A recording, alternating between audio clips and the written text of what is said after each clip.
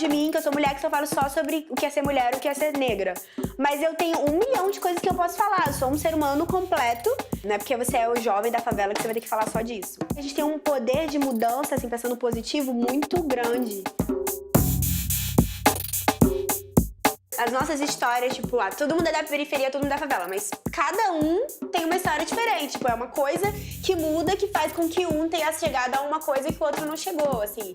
E que não tem a ver com mérito, mas tem a ver com acasos mesmo da vida, né? O meu foco é trabalhar ou criar coisas com pessoas pretas e pessoas de periferia. Afronta, então.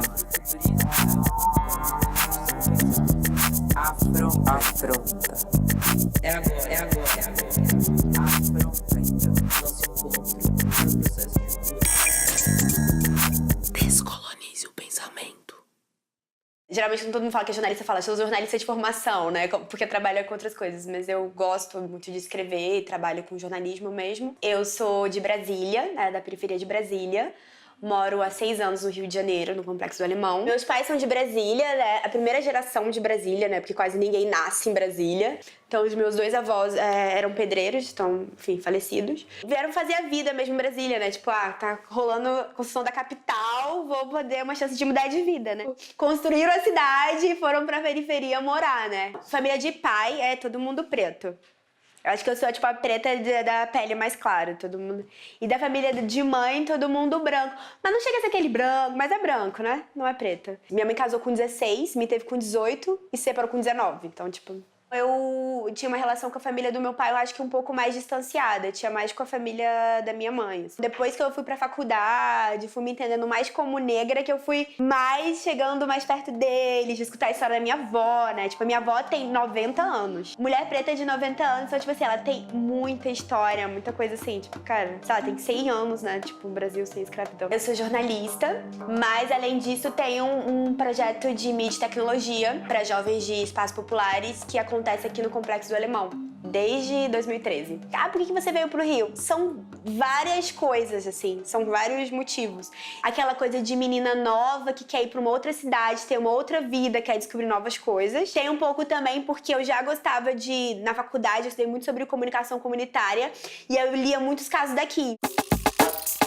Eu sempre gostei muito de escrever, muito, assim, acho que desde nova. Tipo, eu sempre tinha diário, ficava escrevendo, tipo, o que eu pensava, meu dia. Depois eu fiquei sabendo que meu pai, desde novo, gostava de escrever. Mas acho que tecnologia veio muito depois da faculdade, assim, quando eu tava no Rio, depois que eu fiz mestrado, que acho que é mais porque eu tenho pensar a tecnologia não como a alta tecnologia. Hoje eu penso tecnologia como tecnologia, tipo, social, aplicada, soluções criativas pra resolver um problema de ausência do Estado ou de escassez. A galera tá inventando, isso é tecnologia.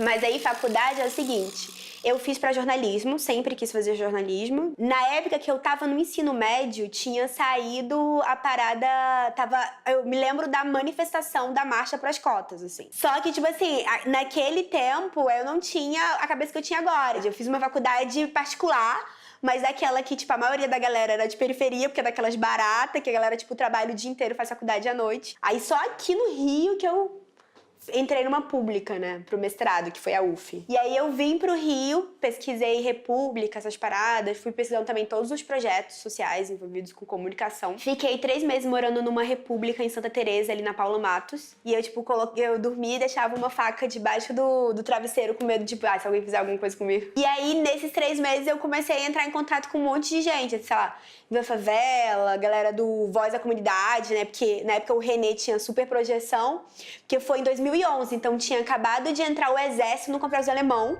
e teve a ocupação, que aí ele ficou conhecido porque ele tweetou em tempo real a ocupação no Complexo do Alemão. Aí eu mandei mensagem, tudo, aí ele falou, vem pra cá, pra você meio que ser voluntária do jornal. E aí eu comecei a vir pra cá toda hora e eu já queria, tipo, ficar num lugar onde eu me sentisse muito mais parte, né? Tipo, vim da periferia, ficar, tipo, em Santa Teresa, não conhecia ninguém, também não me sentia muito, assim, parte do lugar. E aí eu me mudei pra cá. Eu escrevia matéria de todas as coisas que aconteciam no Complexo Alemão. Então, todos os projetos sociais, todos os coletivos. Eu sempre tava, tipo, escrevendo e postando.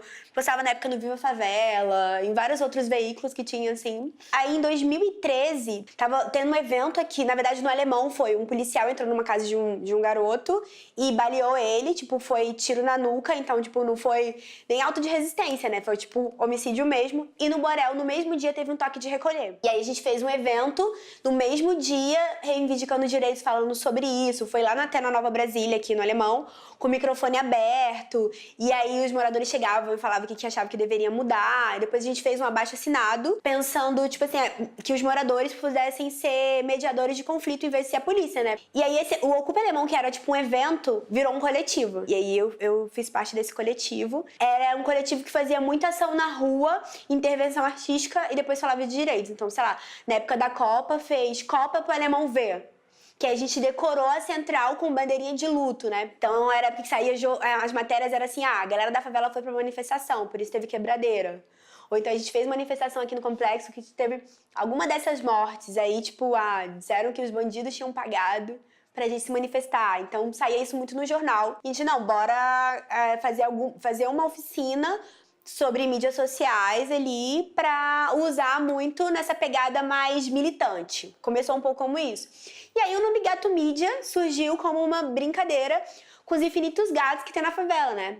Então era meio que assim, a gente não tem os melhores equipamentos, mas a gente vai hackear ali pra potencializar a nossa voz. E aí a gente tirou temas relacionados ao dia a dia da favela, sei lá, segurança pública, gênero, vários temas, e era como discutir esses temas nas redes sociais. Aí eu e o Tainan, a gente sai do coletivo e vai pra um outro pensamento, assim. Não que a gente, tipo, mudou o pensamento pra não ser tanto militante, mas a gente pensava mais assim, cara, a galera pode falar de qualquer coisa, inclusive não querer falar disso, né?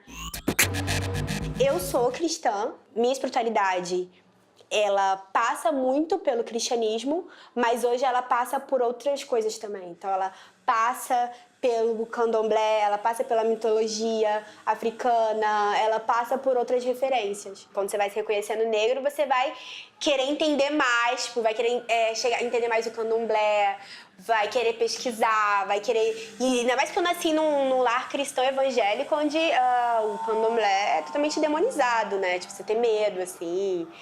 Que é uma coisa que você tem que mudar de cor. Não é só cabeça você achar que não tem nada a ver. Você tem que sentir aquilo, né? E sentir um sentimento bom e falar, caraca, eu tô sentindo um sentimento bom, tô me conectando e realmente não é nada, não tem nada de demônio, não tá nada errado, né? Eu fui pro encontro de culturas e aí e no meu quarto, era uma casa coletiva, no meu quarto ficou um pai de santo, né? A gente dormi em cima e dormiu embaixo.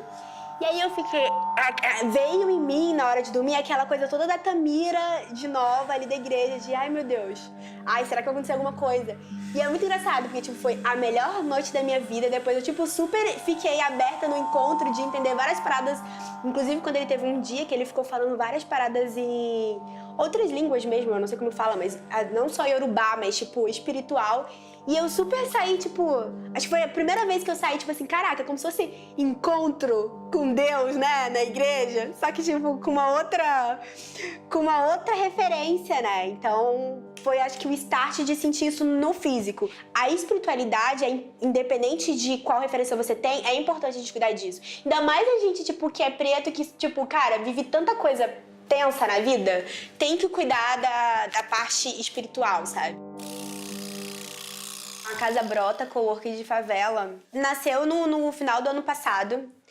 E aí, um monte de amigos, assim, que na verdade a gente já debatia várias vezes esses temas. A gente, tipo, ia pra roda pra beber cerveja e ficaram, nossa, a galera acha que tá inventando a roda, falando de cocriação, de criatividade, de inovação, de gambiarra. Quem mais pode falar de gambiarra do que favelado, né? Tipo, cara, a favela sempre teve coworking, né? Que o coworking da favela é o Puxadinho. É um nome bonito, mas já tem aqui, né? O coletivo, a vida coletiva já é bastante pulsante. Mas, por outro lado, a gente achava que era importante disputar Também, porque uma coisa eu também, ó, eu não quero me denominar como coworker, mas eu sei o que é coworker, eu tô entendendo o que vocês estão falando, eu vou debater de igual para igual, mas a outra coisa é, tipo, que a gente, tipo, não usar esse termo, mas também não ter acesso a esses termos, ou não entender, ou não poder falar disso. Então, geralmente, a gente sempre pega esses termos meio frufru, que a galera acha que tá super inovando, tipo, coworking. Só que, tipo, cara, na favela sempre teve. Se você vai ali comprar o açaí do outro lado, é o mesmo lugar, o cara divide e faz a barbearia, né? Todo mundo conhece aqui mais como brota, porque é aquela, né, gíria, brota aqui. Então, aí a gente meio que mudou isso. Porque hoje o Gato Mídia, ele tem 2 braços. Um é o aprendizado, que aí dentro do aprendizado a gente tem uma residência em mídia e tecnologia, que se chama Favelado 2.0, Construindo Gambiarras para o Futuro. A gente tem o Bater uma Onda Forte, que é uma imersão em empreendedorismo, né, criatividade para empreender. E tem o braço, que é a agência, que foi a forma que a gente pensou para tornar isso sustentável, né? Porque a gente acaba vivendo de edital privado e público. Só que, tipo assim, uma hora que acabar o dinheiro de fazer o quê, né? Tudo passa por comunicação, tecnologia, afroempreendedorismo, afrofuturismo, tá tudo ali meio que mexido, todo mundo preto. Eu tenho um pensamento sobre afrofuturismo, eu acho que mais intuitivo do que teórico, assim, entendeu? Tipo, não super estudo e leio, mas eu penso muito mais em produção artística de pessoas negras conectado com tecnologia e com o futuro, né? Mas esse olhar do futuro a partir do sul, né? Do continente africano, da América Latina. O continente africano tem ali as relações de afetividade, né? Ubuntu, de você entender o outro, de se relacionar com o outro, da conexão, que é isso que é o futuro, né? Nossa capacidade de ser humano. Assim, o meu foco do que eu tenho tanto estudado aqui no corpo e buscado e conexão é preto, favela, comunicação. É essa rede que, tipo assim, eu acredito, estou construindo e eu acho que ela tá cada vez mais ficando forte. Mas não é só, tipo, essa coisa meio virtual, porque a gente também fala ali, mas a gente se encontra e aí o corpo a corpo, o olho no olho fortalece mais e aí vai crescendo.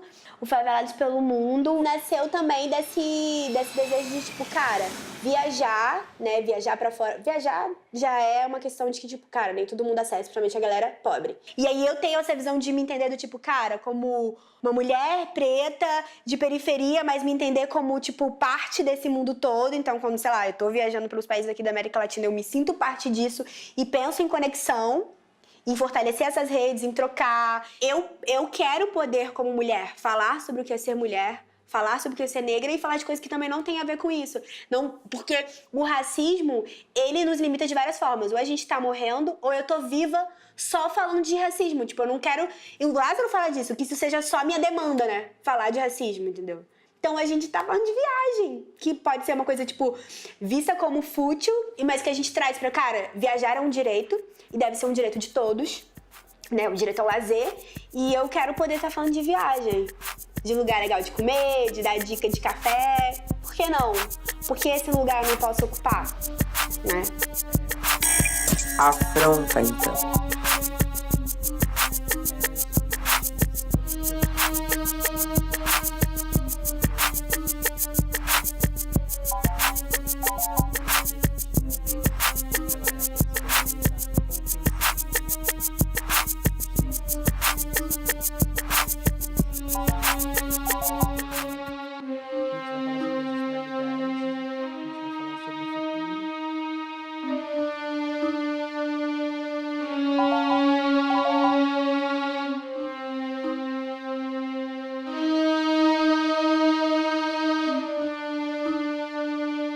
Descolonize o pensamento.